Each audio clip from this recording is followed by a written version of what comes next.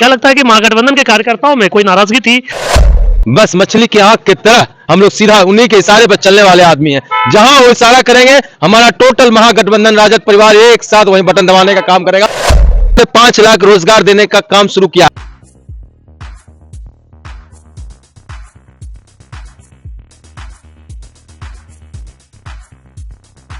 नमस्कार, मैं हूं पवन कुमार चौधरी। आप देख रहे हैं स्टार ब्लू न्यूज। चैनल पर पहली बार आए तो चैनल को अभी सब्सक्राइब करें, वीडियो को लाइक करें और अधिक से अधिक शेयर करें। ऋषिकुंड के पावन धरा पर महागठबंधन के नेताओं का जुटान हुआ है।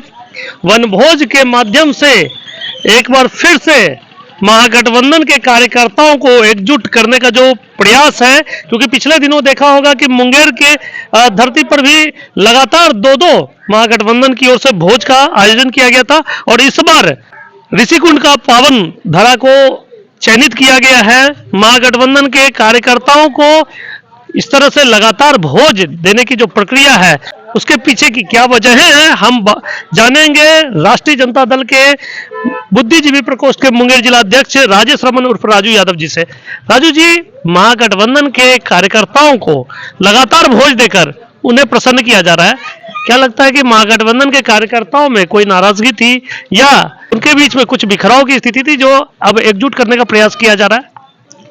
नहीं, ऐसी कोई बात नहीं। हम लोग एकजुट हैं, पूरी तरह से महागठबंधन एकजुट है और जो भी हमारे नेता तेजस्वी यादव जी का इशारा होगा उसके हिसाब से सीधा एकदम बस मछली की आंख की तरह हम लोग सीधा उन्हीं के इशारे पर चलने वाले आदमी हैं। जहां वो इशारा करेंगे हमारा टोटल महागठबंधन राजद परिवार एक साथ वहीं बटन दबाने का काम करेगा।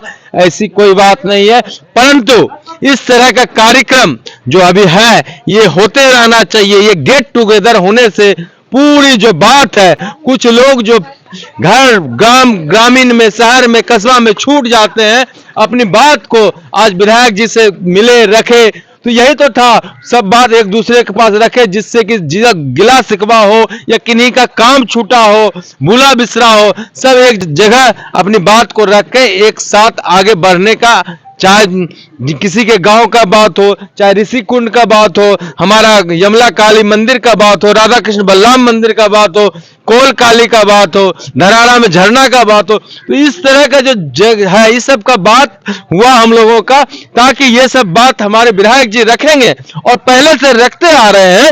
और चूंकि हम लोग सत्ता में नहीं है, हम लोग विपक्ष में हैं, हमारी बात को सुना नहीं जा रहा है और जहां तक प्रयास हमारे विधायक जी कर रहे हैं और ये सब बात हुआ कि आगे भी पूर्णतः अभी जोश और खरोश से बात को रखना है और हर हाल में इस क्षेत्र को पर्यटक क्षेत्र बनाना है। पर्यटन के दृष्टिकोण से ऋषिकुंड को विकसित करने का वायदा करके जा चुके हैं मुख्यमंत्री नीतीश कुमार और अब जमालपुर विधायक डॉक्टर अजय कुमार सिंह भी इस क्षेत्र में विकास के कार्यों का दावा कर रहे हैं। राजद नेता होने के नाते आप भी इस क्षेत्र को लगातार पहले भी जो डिमांड करते आ रहे थे पर्यटन के दृष्टिकोण से इसे विकसित करने का। जमालपुर में ऐतिहासिक काली पहाड़ी है जो कि महाभारत कालीन वहां यमला काली मंदिर है। मुख्यमंत्री ने दावा कर दिया है कि ऋषिकुंड को विकसित किया जाएगा। जमालपुर का वो काली पहाड़ कहीं ना कहीं अछूता रह जा रहा है, उसको लेकर क्या कुछ आने वाले दिनों में महागठबंधन का प्लानिंग है? देखिए, वहां जो जमालपुर कोल काली, राधा कृष्ण बलराम मंदिर और उस पहाड़ की तराई में जो नहर है स्थित, उस पे नौकायान बोटिंग कराने की पहले से हम लोगों का मैनिफेस्टो में पहले से अंकित है। खुद विधायक जी भी इस बात को मान रहे हैं और लगातार वो बात को रखे भी हैं और राजद पूरी तत्परता से इस बात को रख रहा है। वहां पर काली मंदिर में नीचे से ईस्ट कॉलोनी के नहर के तराई से ऊपर पहाड़ पर राजगीर के तर्ज पर वो रोप वे होना चाहिए और वहां पर उस नौका विहार हो, क्योंकि वो लगभग 1.5 किलोमीटर है और जब वो घूम के पहाड़ के पीछे से जाता है वो नहर, तो वो जो सुंदरता है वो सुंदरता मुझे लगता है पूरे बिहार में कहीं नहीं है। तो अगर नहीं सरकार कर रही है तो सरकार अपने पैर पे कुल्हाड़ी मार रही है, इस सरकार को बिदागरी कर रही है। निश्चित रूप से 2025 में हम लोग तेजस्वी यादव जी के नेतृत्व में तेजस्वी यादव जी को मुख्यमंत्री बनाने के लिए कार्य कर रहे हैं और बनाएंगे। और ये सरकार अगर नहीं देती है तो हम लोग अगले सरकार में, अपने सरकार में, महागठबंधन के सरकार में, वहां पर निश्चित रूप से काली पहाड़ी, यमला काली पहाड़ी को विकसित पूरा कराने का काम करेंगे। और हम लोग अभी जहां ऋषि कुंड है वहां भी अगर मुख्यमंत्री जी ने दिया तो दिया, नहीं तो हम लोग अगले सरकार में 2025 में तेजस्वी जी के द्वारा निश्चित रूप से इस जगह को पूरा विकास किया जाएगा। यही वो जगह है ऋषि कुंड, जहाँ ऋषि मुनियों का जगह है। सभी पूरे बिहार से यहाँ ऋषि मुनि आते हैं और कैंप करते हैं। यही वो कुंड है। इस कुंड में नहाने मात्र से चर्म रोग अगर रहता है उसको दूर हो जाता है। कैंसर जिनको है वो इस पानी के खाना बना के इस पानी से यहाँ कैंप करके रहते हैं। और गरीब लोग जो हार जाते हैं, जहाँ दवा और उनको बड़ी बड़ी महंगी दवाइयां नहीं मिल, वो लोग यहाँ कैंप करके मुक्ति कैंसर से पाते हैं। इस जगह को अगर पर्यटक के क्षेत्र में सरकार नहीं घोषित कर रही है तो लानत है ऐसे सरकार पे। ऐसा सरकार नहीं चाहिए हम लोगों को। हम लोगों को ऐसा सरकार चाहिए जो हमारे क्षेत्र को विकसित करेगा। क्योंकि यही पहाड़ है जहां पर 30,000 मजदूर काम करते थे, पत्थर उद्योग था, इसको बंद करा दिया गया, वन विभाग में आ गया। ठीक है, तो भैया पर्यटक क्षेत्र घोषित करो जिससे रोजगार का साधन बढ़ेगा और हमारा क्षेत्र का युवा यही रोजगार करेगा, यही रहेगा और यहीं पर विकसित करेगा। विधानसभा चुनाव के मात्र 6 महीने रह गए हैं, तो 2025 विधानसभा चुनाव में महागठबंधन का क्या क्या एजेंडा होगा विकास का? अभी मैंने जैसे बताया कि पर्यटक क्षेत्र में यहाँ जो है, ये तो जमालपुर की बात में बताया, आप पूरे मुंगेर जिला में देख लीजिए। यही कष्टहरणी घाट है जहाँ सीता मैया ने पहली बार छठ किया और कष्ट दूर करने के लिए छठ किया, इसलिए इस जगह उस जगह का नाम रखा गया कष्टहरणी घाट। सोजी घाट है, बबुआ घाट है, वहीं पर थोड़ी दूर पे आप चलिए तो सीता चरण मंदिर है गंगा के उस पार, जहां सीता मां का पैर का अभी भी निशान है। बगल में चंडी स्थान है जहां सती माता आंख वहीं पर है।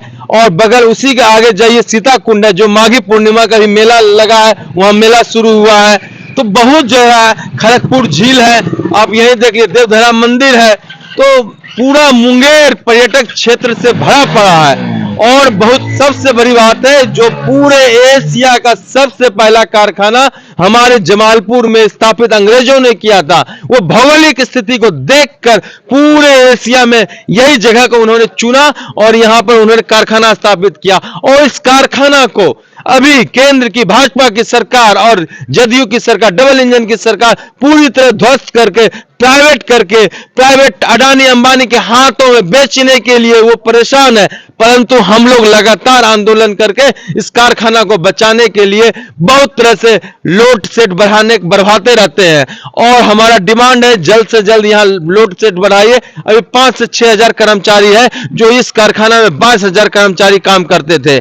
और तो और सब बगल में डीजल सेट है, जो कि डीजल सेट का डीजल का इंजन का काम बंद हो गया, अभी इलेक्ट्रिक के इंजन का काम चल रहा है पूरे सब जगह। तो डीजल सेट को बदल कर इलेक्ट्रिक सेट में हम लोगों ने आंदोलन किया, उसकी घोषणा हुई, परंतु अभी तक काम शुरू नहीं हुआ है।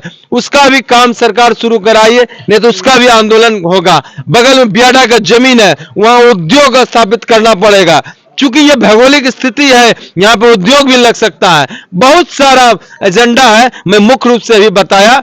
और इसके साथ साथ जो जहां जहां विकसित कमी पड़ी हुई है, सड़क है, और हमारा सब जगह से डिमांड है। चाहे मुंगेर की अभी सड़कों की स्थिति देख लीजिए, खड़गपुर के बाजार के सड़कों की स्थिति देख लीजिए, जमालपुर के बाजार के सड़कों की स्थिति देख लीजिए। तो इन सब चीज को सरकार को फंड देना पड़ेगा।